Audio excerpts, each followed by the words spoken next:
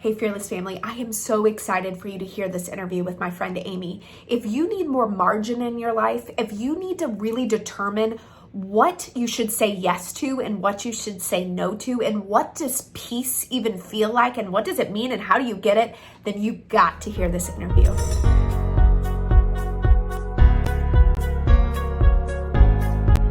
Hey, Fearless family, it is Tuesday, and I have a special friend with me today. Her name is Amy Tallo, and she is the founder and president of Be Still Ministries. And I'm so pumped to have her today because I think we underestimate how important it is to have margin in our life, to have space and breathing room, as we were just talking about before we came on. And we're going to talk a little bit about that today. We're going to talk about why it's important.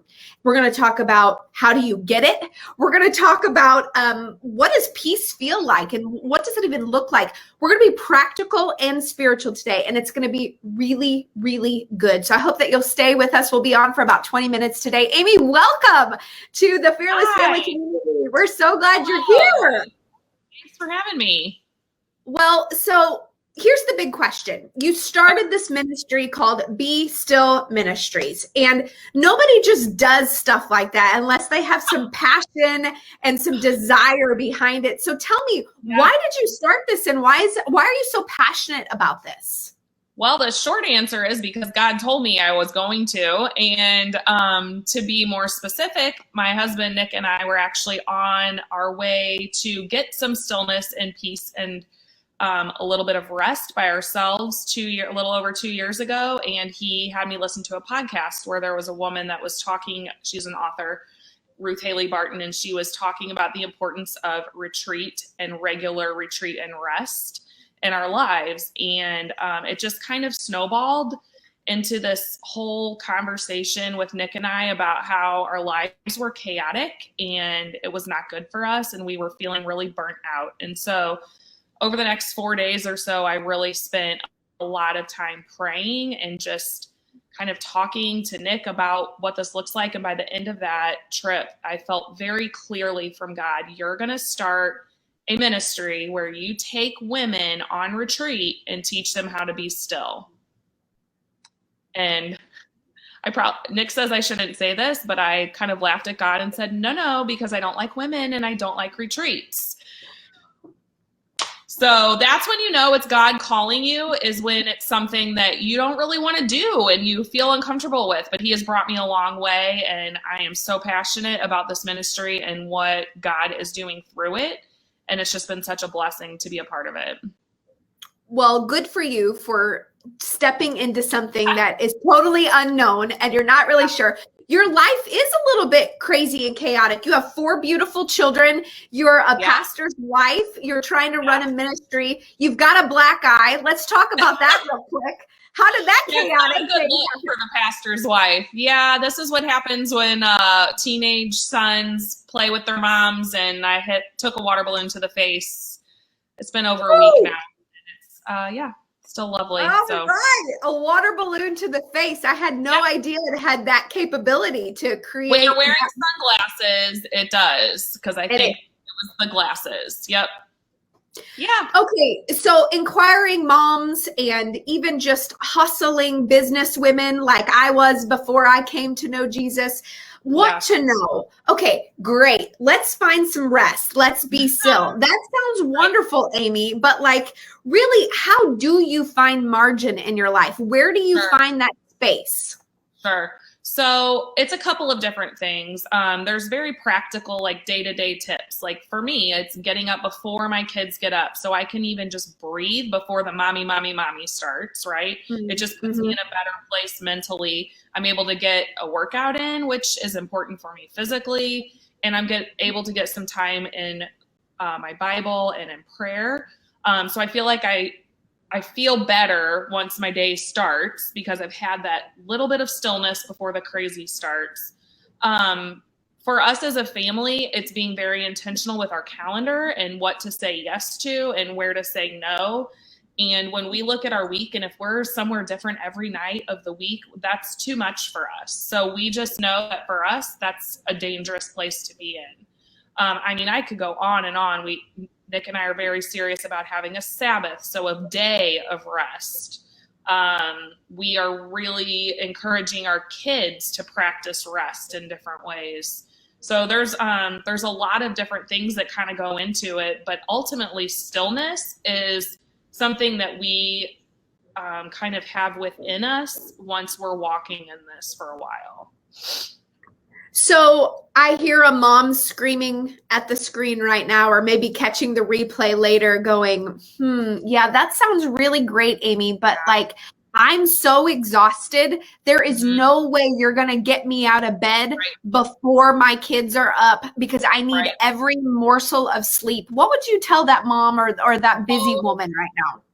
I would say I've totally been that mom, and I would say try it, maybe with an extra cup of coffee, or find some people in your lives that can take your kids for an hour so you can just rest. And we talk a lot in the Be Still community about how there's a big difference between resting in the Lord and intentional rest and laying on the couch watching TV. Now, there's a time for both, and I enjoy a good show or a good movie or a good Netflix binge.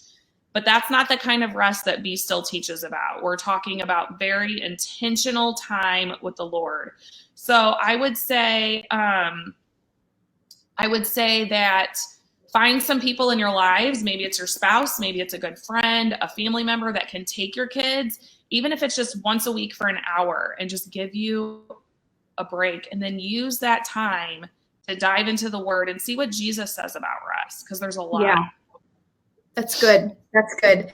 So I would say that a lot of people get tripped up on what's good, but what's God calling you to. So, for example, there are so many things that I could do in my life right now that are really, really good, that maybe even have God and a spiritual thing attached to it. So walk me through how you determine if this is a good thing or if it's a God thing. Yeah. So I'll give you an example. So I was teaching at our kids' school, a small private school, a couple days a week the past 2 years. And I really feel like God brought me that opportunity for many reasons, but then I felt him calling me out of it. And so I felt him saying, this is not, you are really good at this and you did this for this season, but it's not for you to do anymore. And so for me, at first I was like, whoa, there's no way I can do that. I mean, financially, all the things, right? But when I talked about it with my husband, and then he came back a few days later and said, I think you need to quit your job, because we feed off each other. And I know you and Troy are the same way. Like, you guys pray about things together. And when he has the same response that I'm getting from God, we know that it's a God thing. So that's a big thing. On a smaller level, I think just remembering to stop and think and pray and seek counsel before we say yes to things, even if it's something that seems small, like, hey, my church wants me to serve once a month on this certain thing, and it's going to pull me, one night a week or, one night a month. Talk about it with somebody, pray about it. There's a study that we have been going through in retreat called Breathing Room, and it's by Sandra Stanley. And she says, don't give up what's uniquely you for something someone else can do. So there are things that God clearly calls us to do. He clearly called me to start Be Still Ministries. For that season, I was the one that was supposed to do that. But there's lots of other jobs and tasks and things that we get involved in that someone else can do, and we're not being called to do it. I am called to be Nick's wife and Mason, Ava, Brady, and JC's mom. I'm the only person that can fill that role. Right now, I'm the only person that can fill the role of the head of Be Still Ministries, because that's where God has me. But some of the other things, maybe I'm not supposed to be doing, because actually I might be stealing the blessing of someone else doing that they're called to do. So when you seem like you have a very wonderful relationship with Jesus, maybe speak to a new believer or someone that doesn't know the Lord as well, is just still managing the Bible, how to read it, how to hear from God. How would you tell a mom or a dad that's listening right now how to say yes to what's good or to what's God and not necessarily what's good? Yeah, I would say that if you're a new believer and you've been saved and you have the Holy Spirit within you, tap into that, right? We have that same power that raised Jesus Christ from the dead. Like, listen to that. We call it our conscience a lot, but a lot of times it's the Holy Spirit. So if you're not feeling that, or maybe you're not there yet with the Lord, or that's not you, that's okay. Find some wise people in your life and say, hey, I've been asked to be a part of this. What do you think? And then start thinking about, what kind of commitment is this going to take for me, time-wise, mentally, emotionally, physically, maybe financially, and kind of weigh out the pros and the cons. And at the end of thinking through that and talking about that, maybe with a trusted friend, you'll probably feel a pretty good sense of, yes, I'm called to do this, or no, I'm not. And then the hard part is saying no and then not having to defend your no. Don't have to defend your no. That is hard for a people pleaser. That is hard for someone that maybe isn't fully confident that they're hearing from the Lord, because man will get you off of your mission and what he has called you to do in a second, by distractions, by people pleasing, by doing all of those things. So that is I love the idea, Amy, that you just brought up with bring wise counsel in the mix. And maybe don't say yes right away. I think we vastly underestimate the time commitments to things and how long things are going to. So your advice of, hey, how much time is this actually going to take from me? And really weigh it out and find out, man, this could be good, but is it God? And that's so important. Amy, those are great pieces of wisdom and advice. And thank you for that. So what does peace feel like? What does peace feel like? So I keep going back to Nick and I, but that's my life, right? I'm married and we do things together. So we, 2 years ago, right before COVID, actually, which is interesting. So I guess a year and a half ago, we were just in this place where we had a toddler and all these other kids, and they're kind of spread out age-wise, and we were exhausted, and we're like, what is happening? We just want a little bit of peace. Like, it's never peaceful here. So we kind of came up with this phrase that I'm sure you've all heard of, embrace the chaos. Guess what? We have 4 kids, and we have a dog, and we have all these things, right? It's going to be chaotic here. If you come and visit my house, it's going to be chaotic. We're going to get interrupted. The only reason I'm not being interrupted right now is because I kicked my kids out today. But it's chaotic. So peace, true peace, is not the circumstances around us, but it's within us. It's so, you know what? Even when my 6-year-old just made a huge mess, and my 3-year-old is running around with no clothes and won't stop saying, mommy, mommy, mommy, and my older 2 are fighting, you know what? I can have peace within because I'm here with them and I'm being their mama. And even when I just need a minute, I'm being their mom, and I'm called to do that. So the peace is within, knowing that you're standing in what God has called you to do, and knowing that at the end of the day, they do go to bed eventually, and I'll get my break later, and I'm just going to try to love on them while I can. And let me just say, I'm preaching to myself right now too. So it's a good reminder for me. It is. Isn't it good? It's so good. Well, Amy, I would love our Fearless community to know a little bit about your retreats and what you do. I think it's incredible. We've got some great comments and stuff coming in right now. So why don't you tell us a little bit about the next event that you've got coming up here on Friday night? Yeah, it's this Friday, and we're calling it a Friday night retreat. So my typical retreats are, we have 2 locations right now that we do retreats. One is in Navarre, Florida. And so it's a 5-night retreat, which is amazing. You get 4 full days down there. And I would love to talk to anybody about what that looks like. And then we also have a local retreat location right over the river in Illinois. And we actually have new dates for that retreat. So if anybody's interested in going on a little bit longer retreat, but can't quite do the Florida one because it's too long or too far, we have a more local option. But this Friday, we're going to do what's going to be called kind of like a mini retreat. And it's just going to give you like a snapshot of what does the Bible say about retreat? Because there are actually quite a few things. And what does retreat even mean to the world? What does it mean biblically? There's different definitions. So what does that look like? What does retreat mean? What does Jesus have to say about it? What is important in our lives? And then we're going to actually teach and give you the opportunity that night to get some of this peace and stillness that we're talking about. So it's one part teaching, a little bit of snacks and coffee and some fun, and then part stillness. So you're going to get to practice being still with the Lord. That is awesome. So Yeah. then the next question is, we're getting an echo all of a sudden. What about the further retreats? How do they find out about that? How do they register?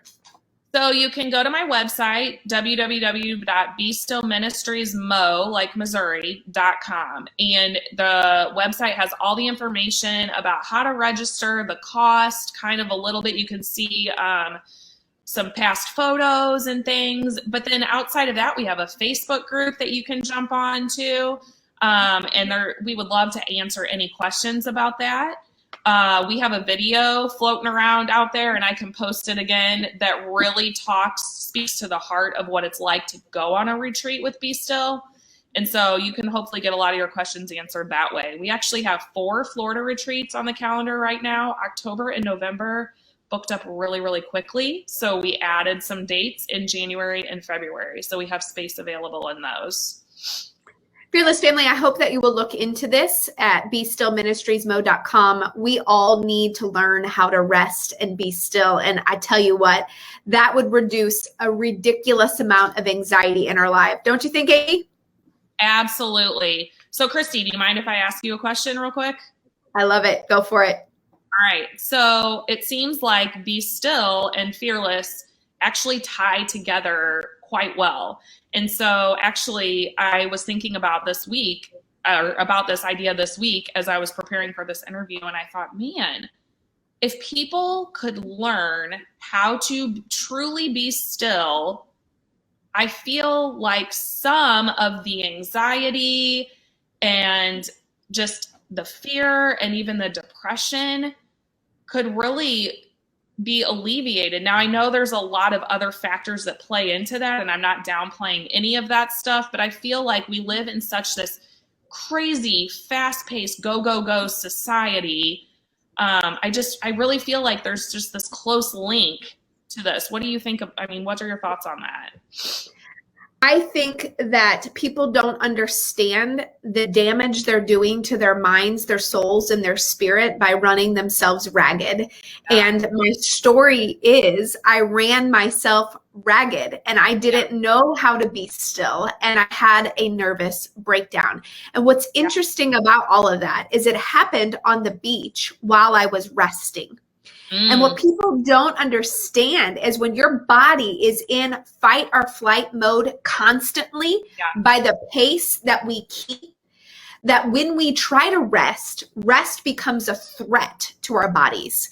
That's so good. It is unbelievable how much we need to be educated and understand the damage that we're doing to our bodies by not resting. So I deeply love and respect what you're doing, Amy. And I think that I wish that everybody in our Fearless community that was dealing with fear and anxiety and depression could take this 5 or 6 days and go and learn how to be still, because the power and the peace that you get by tapping into the Holy Spirit changes everything for you. It changes everything. And just like you said, peace is internal. It's not external. So I have learned, even when things are crazy around me, that I can learn how to be still and be peaceful in Him. And honestly, Amy, the world needs that. Our world is crazy. It's crazy. There are people that countercultural. It is. It is, because we've been taught to hustle hard, Yep. run faster, go get you what you deserve. Just keep going, keep going. There's no time to rest. And Right. really, when we do learn how to retreat and be still at the feet of Jesus, that's when our fear and our anxiety and our depression begins to just melt away, because we know that nothing is more important than being with him. Yes. So good. Thank you for that question, Amy. I really appreciate it. So friends, I hope that you'll check out Be Still Ministries online, but also on the Facebook group. Amy, you've got some great stuff ahead. I hope that our family would just reach in and go to one of those retreats. I hope to get to one someday. And I just appreciate what you're doing. Thank you so much, Fearless family. We love you. Thanks for tuning in for our Fearless Friends Tuesday. Have a great day. Bye-bye. Thanks. Bye. I really hope that you enjoyed this video. Please be sure to comment, like, and subscribe. We can't wait to bring you more fearless content.